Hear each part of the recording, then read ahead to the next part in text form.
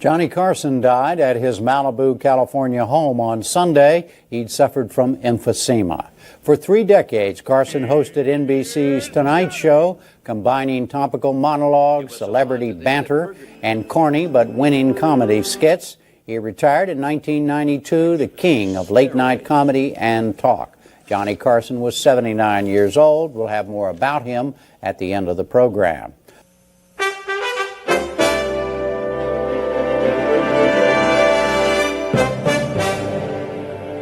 And finally tonight, the passing of Johnny Carson. Jeffrey Brown begins.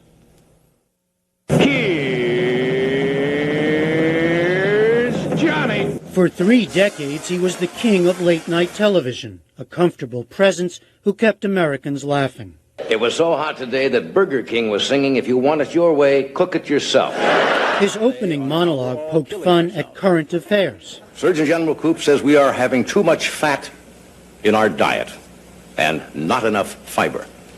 Did you ever take a close look at the Surgeon General?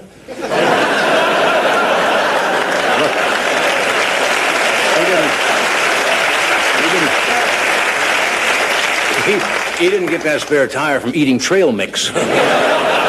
He also made fun of himself and his 4 marriages. 25 years is silver, right? 50 years is gold. I don't know. I wouldn't know much about that. The furthest I got in my personal life was Formica.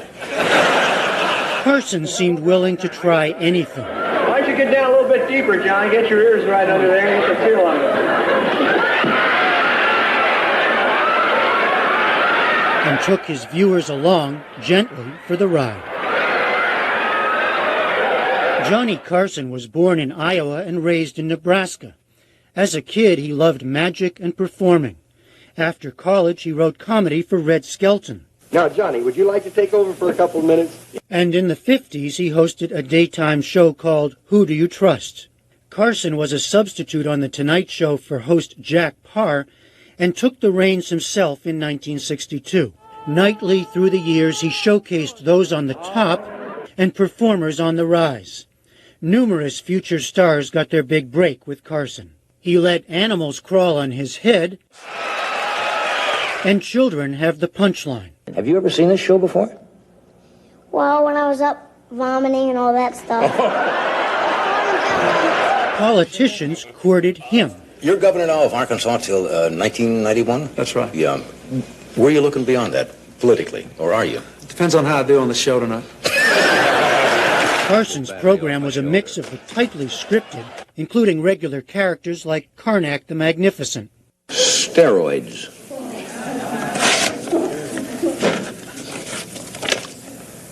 What can you get from sitting on a stereo? But he also thrived on the unexpected moment, as in this famous episode with Ed Ames. I didn't even know you were Jewish. He was also not above a bit of late-night risque humor. People are always asking if they're real and... Oh, I would never. Here with Dolly Parton. No, you don't have to ask. I would not. I tell you what, these are mine. I have certain guidelines on the show. I usually say... But I would give about a year's pay to peek under there. Always on hand were orchestra leader Doc Severinsen. And see if you look an animal right in the face and talk to them, you'd say, then they know you're not scared. And sidekick Ed McMahon. What do you mean you're going to be out of town? I'm going to be. Tomorrow's Friday. I know that, but I can take a day off once in a while. You certainly invented it. On screen, Carson was always suave and personable. Off screen, he was said to be a very private person who called himself a loner. He talked to Barbara Walters in 1983. If you start to take yourself too seriously and start to comment on social issues, your sense of humor suffers somewhere. And we've had some criticism on the show. Some critics over the years says, well, the show has no great sociological value. It's not controversial. It's not deep. The Tonight Show basically is to amuse people, to make them laugh. Carson himself decided when the time had come to call it quits, even as he was still drawing millions of viewers. I'd like to do the whole thing all over again. It has been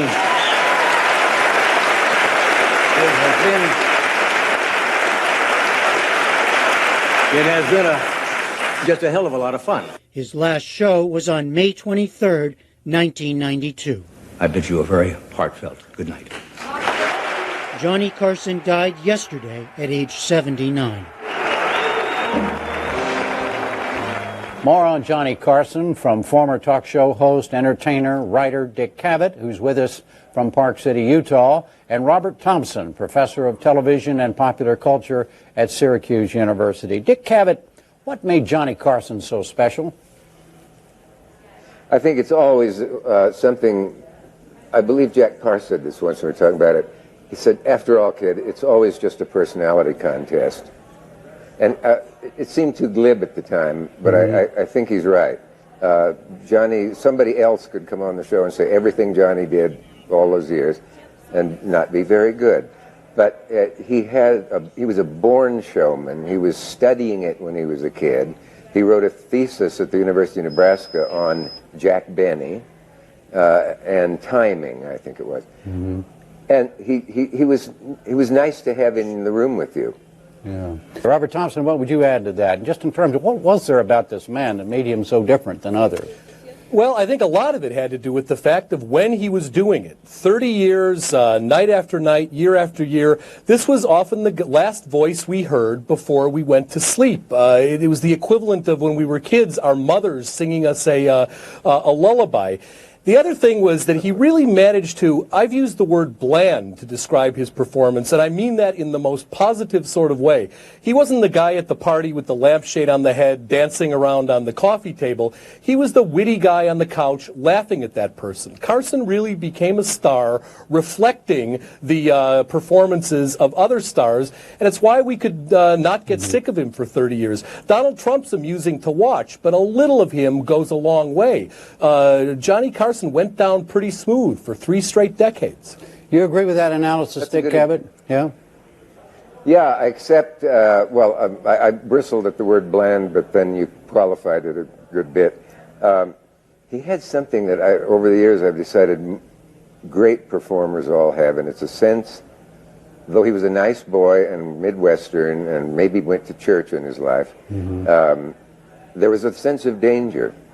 You never knew what he might do, and when he would throw himself all over Ed or dump Don Rickles into the bath on the air, you always I think he had a mean kid's glint in his eye at times. Yeah, and he certainly was the mean kid.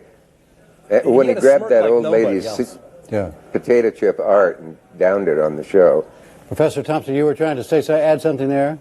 Well, no, I was saying he had a smirk that you just never knew what he was going to do. At the same time, he appeared comparatively safe. You know, in a strange sort of way, he was the comic equivalent before bed of that era of what Walter Cronkite was doing after dinner in that era, and they were in fact trolling some of the same waters. Yeah, Dick Cavett, you worked with Johnny Carson. You were a writer for him for a while, and then obviously you did the same kind of work he did. And you knew him very well. Is it your feeling that he was a natural, or was this a guy who, as you said earlier, studied this and worked very hard to become the man he was on the air? Or was that the real Johnny Carson we saw every night? Oh, there's no doubt that he was a born comedian, but he also, magic and comedy were his two wonderful obsessions. And he would stay at a party, notoriously, long enough to do a couple of tricks, and then when he was on good behavior, go home before he had that half a drink, which could, in fact, get the lampshade uprooted.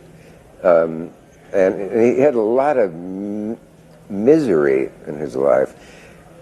And I really finally decided that he must have been hell for him the first week away from the show, because he had done it, it was final, and he must have realized, as many do, God, that's the only time in my life I'm happy. When I go out in front of that curtain and the applause and the lights and getting your first laugh and the guest thing goes well. Yeah. And then, like an old alcoholic actor in a play he's enjoying being in, he has to, at the end, go back to the hotel room with the bottle of gin on the dresser. There's a lot of that. I had Judy Garland on once, and we couldn't get her out of the dressing room afterwards. She wasn't drunk. She just found things to do to stay in there and fold things in her purse in her world, not the awful brutal one outside. Yeah. Robert Thompson, to pick up on Dick Cavett's term, in the end now, how important was Johnny Carson to the scheme of things in television? There's been a lot of superlatives spoken in the last 24 hours about his place in the history of television. Help us understand that. Well, we do have to be careful about the hyperbole. I mean, absolutely, there were people like Dave Garroway, Arthur Godfrey on radio, Gary Moore, who were taming this newly emerging monster that would become the talk show. And I think we shouldn't forget those people because they were important as well. On the other hand, the way Johnny Carson, when he came to The Tonight Show, tweaked that format, tweaked that template, clearly anybody that watches Conan or Dave Letterman or Leno are seeing that Carson iteration of the talk show at the time. The sad thing is that since what he did was so timely, it doesn't rerun very well. People, generations from now, will continue to see Lucille Ball in I Love Lucy and Dick Van Dyke in his show. The Tonight Show, since it's never going to play on Nick at Night and TV Land and all of the rest of it, is one of those. He's one of those people that is going to be really well known and beloved for a generation. But like people like Arthur Godfrey, like Dave Garroway, who were big, huge stars in their time, I'm afraid we may remember really bad sitcoms 50, 60 years from now better than a really brilliant comedian. You agree with that, Dick Cavett? Yeah. You do? Yeah, I do, but I don't know why it needs to be a legacy that goes down through the generations. And Johnny would scoff at that idea, perhaps partly because he wasn't sure it was true, that he was working for the ages in any sense. I'm sorry, he was really actually working for that night? You're suggesting when he went out on that stage every night, he only cared about right then, right? He cared about who was watching and that kind of thing, but he was like a dog in the existential moment. And it was a wonderful thing to see, especially in the studio. I used to watch him. And I used to try to think, who did that gesture once? And then realize he had gotten it from Ed Wynn, or from his great stare into the camera from Oliver Hardy. The Mighty Carson art players from Fred Allen. He loved Fred Allen. And that speaks well for anybody. Sure. Dick Cavett, would you agree, though, that with those who are now saying that late-night television in America would not be what it is tonight and every other night if Johnny Carson had not come along and done his thing? I think it might be, because I can sometimes see in myself, I just did a gesture that was pure Jack Parr, or I just did a turn of the head that was pure Johnny. And a lot of the attitude toward The Tonight Show where it came from him. He didn't invent it, but he certainly made additions to it, and he certainly recognized that he was doing a lot of other people's gestures and things and not stealing them. They just came to him. Comics knew that he was on, and he might do Benny, and he might do Fields, and he might do whomever. He and Ed McMahon worked wonderfully, and people always said, McMahon, he's a laughing machine. When Groucho came on the show, he turned to Ed and said, "Oh, Laughing Boy," which some of us are old enough to know was the name of a novel. But I'm here to tell you that when Ed laughed, he was that amused. He genuinely found Carson very funny. And I don't think, though he's a good actor, he's good enough to fake that laugh. Yeah. Thank you very much for being with us tonight. Robert Thompson, Dick Cavett. Thank you. Good to be here. Yeah.